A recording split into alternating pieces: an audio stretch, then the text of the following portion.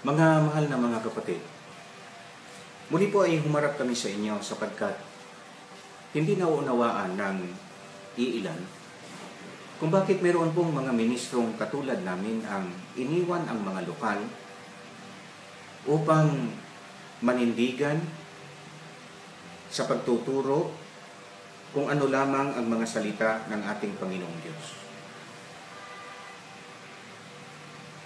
Kung bakit ang mga ministrong ito ay umalis sa lokal, ay sapagkat mayroon pong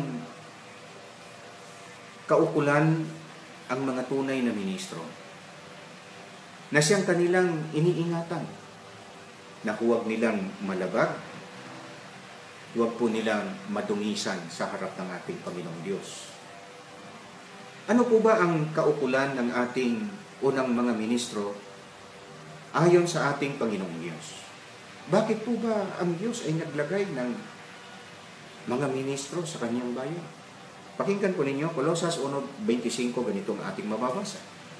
Na ako'y ginawang ministro nito, ayon sa pamamahala na mula sa Diyos na ibinigay sa akin para sa inyo, upang maipahayag ang salita ng Diyos. Bakit po ang isang ministro ay ibinigay ng Diyos sa iglesia? Ang sabi ng apostol na si Pablo, ako'y ginawang ministro nito. Ibinigay sa akin para sa inyo. Para o upang maipahayag ang salita ng Diyos. Sa makatwid, napakahalaga sa isang ministro na natutugunan niya ang kaniyang kahalalan. Ang kaniyang kahalalan ay upang ipahayag ang salita ng Diyos. Kaya siya ibinigay ng Diyos sa iglesia o sa inyo. Kapag ang isa pong ministro ay hindi na po salita ng Diyos ang kanyang ipinahahayag, kapag ang isang kapatid o ang mga kapatid ay dinadala na niya sa isang gawain na hindi na utos ng Diyos, hindi na naayon sa salita ng Diyos, nawawala na po ng kabuluhan ang kaniyang kaukulan. Sapagkat ang kaniyang kaukulan ay magturo lamang, magpahayag lamang kung ano ang mga salita ng ating Panginoong Diyos. Dahil po dito, ano po ang tagubilin ng ating Panginoong Diyos kay Josue? Bilang siya'y ministro ng Diyos, inilagay ng ating Panginoong Diyos na humalili kay Moises upang mangasiwa sa bayan ng ating Panginoong Diyos. Pakinggan po natin sa Josue 1:7. Ganito ang pahayag ng ating Panginoong Diyos.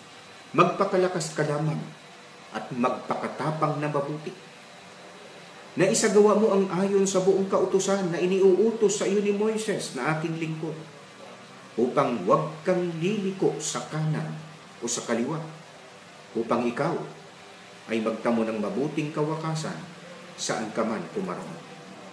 Ano po ang tagubilin ng Panginoong Diyos kay Josue? Bilang siya po ay inihalal ng Diyos na kahalili ni Moises para mamahala o mangasiwa sa bayan ng Diyos, ang sabi ng ating Panginoong Diyos kay Josue, magpakatapang kang mabuti. Isagawa mo ang ayon sa mga kautusan na iniutos sa iyo ni Moises. Kanino po ba nanggaling ang mga kautusan ni Moises na siyang itinuro niya kay Josue bago nagpahinga si Moises? Ang mga kautusan pong yun ay mga kautusan ng ating Panginoong Diyos. Ano po ang tagubilin ng Diyos kay Josue? Bilang siya ang humalili sa pangangasiwa sa bayan ng Diyos, ang tagubilin ng Diyos kay Josue, huwag kang liliko sa kanan o sa kaliwa. Sa makatwid ang isang tunay na ministro, kung ano po ang utos ng Diyos na siyang itinuro sa kanya nang nauna sa kanya sa ministeryo bago nagpahinga, ay kailangang lubos niya yung sundin. Hindi po mabuti sa isang ministro ang lumabag sa mga iniutos sa kanya nang nauna sa kanya. Lalo pangat ang iniutos sa kanya ay mga utos ng Diyos at hindi utos ng tao. Paano dapat ingatan ng isang lingkod ng Diyos, lalo pangat ministro, ang mga salita ng ating Panginoong Diyos? Gaano po ba kaselan ang mga salita ng ating Panginoong Diyos? Pakinggan natin sa Deuteronomio, sa 12 at ang talatay 32, ganito po ang ating mababasa. Kung anong bagay ang iniutos ko sa iyo, ay siya mong isasagawa. Huwag mong dadagdagan ni babawasan. Gaano po kaselan ang pagsasakatuparan sa mga utos ng ating Panginoong Diyos? Ang sabi ng Panginoong Diyos sa kanyang mga lingkod, kung anong bagay ang iniutos ko sa iyo, huwag mong dadagdagan, huwag mong babawasan. Kaya hindi po maaari na sabihin ng isang kapatid na, kaunting pagbabago lang naman po, hindi pa ninyo mapatawad. Puna kayo ng puna, napakaselan ninyo. Hindi po, ang maselan ay ang isang tunay na ministro. Kung meron mang unang dapat na punahin, ay hindi ang matuwid na ministro na buong pusong nag-iingat sa mga salita ng Diyos. Ang dapat na punahin nila ay ang Diyos. Kung gusto nilang pumuna. Sapagkat ang Diyos po mismo ang nagtuturo sa kanyang mga anak kung ano ang iniutos ko sa iyo, siya mong isasagawa. Huwag mong dadagdagan. Huwag mong babawasan.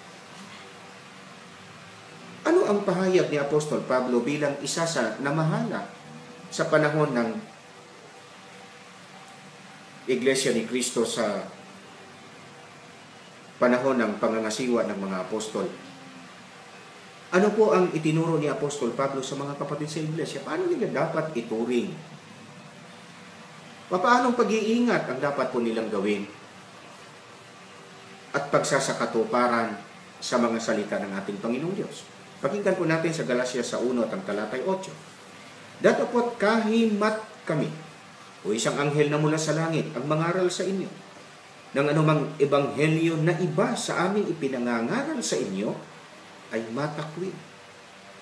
Ano po ang itinuro ng mga apostol sa mga kapatid sa loob ng iglesia?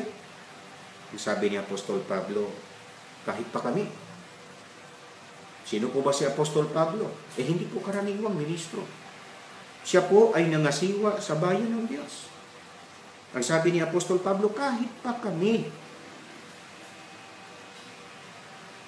O kaya'y isang anghel pa na mula sa langit magturo sa inyo ng anumang ebanghelyo na iba sa aming ipinangaral sa inyo, ay matakwid. Hindi po absoluto ang isang ministro, ang isang nangangasiwa sa iglesia, na kapag kasampa niya sa kanyang karapatan o tungkulin, ay kung ano ang kanyang maisipan, ay siya niyang ipatutupad. Kailangan, ang sabi ng isa sa namahala sa iglesia, ang sabi ni Apostol Pablo, kailangan ayon sa ipinangaral namin sa inyo. Paano po kung iba sa ipinangaral na ng mga namahala, ng mga isinugo ng Diyos? Ang sabi ni Apostol Pablo, itakwil. Kaya, kung ang isang bagay, ang isang turo ay bago, ang isang pamamaraan ay bago, labag sa utos ng Diyos, hindi ayon sa diwa ng itinuro at ipinangaral ng mga naunang isinugo ng Diyos, ang sabi sa atin, itakwil. Hindi po tayo ang nagsabi niya. Yan po ay katotohanan nakasulat sa Biblia. Ano po ang pangako ng ating Panginoong Diyos sa lahat ng kanyang mga anak na maingat sa pagsasakatuparan sa kanyang mga pautusan? Napakalaki ng pagkakilala o napakataas ng pagkakilala sa mga utos ng Diyos. Pakinggan po natin sa Jeremias sa 32, 37 hanggang 41. Ganito ang nakasulat. Narito, aking pipisanin sila mula sa lahat ng lupain na aking pinagtabuyan sa kanila, sa aking dali, at sa aking kapusukan at sa malaking puot, at dadalhin ko sila uli sa dakong ito, at akin silang patatahaning tiwasan. At sila'y magiging aking bayan, at ako'y magiging kanilang Diyos. At bibigyan ko sila ng isang puso at ng isang daan upang sila'y matakot sa akin magpakailanman sa ikabubuti nila at ng kanilang mga anak pagkamatay nila. At ako'y makikipagtipan ng walang hanggan sa kanila na hindi ako hihiwalay sa kanila upang gawan ko sila ng mabuti at sisidlan ko sa puso ng takot sa akin upang huwag silang magsihiwalay sa akin. Oo, ako'y magagalak sa kanila upang gawan ko sila ng mabuti at aking tunay na itatatag sila sa lupaing ito na aking buong puso at aking buong kaluluwa. Mga kapatid, lalo na ng mga magulang na nakikinig sa amin ngayon, ito po ang inyong ipanalangin sa Diyos. Sabihin niyo sa Diyos, Ama, ibigay mo sana sa akin, mangyari sa akin ang pagkatakot sa iyo, ang paggalang ko sa iyong mga kautusan, na siya kong ituturo sa aking mga anak upang sila'y magkaroon ng isang magandang kapalaran. Naunawa kasi ng isang magulang, hindi sapat na mapag-aral niya ang kanyang mga anak. Hindi sapat na sila'y mabigyan ng mga bagay na material. Hindi sapat na mapag-iwanan sila ng salapi o anumang maipamamana kapag sila'y nagpahinga.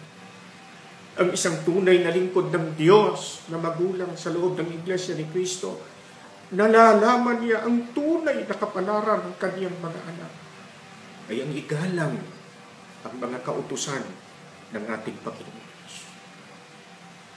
Sana po, yan ang mangyari sa bawat isa sa atin. Maraming salamat.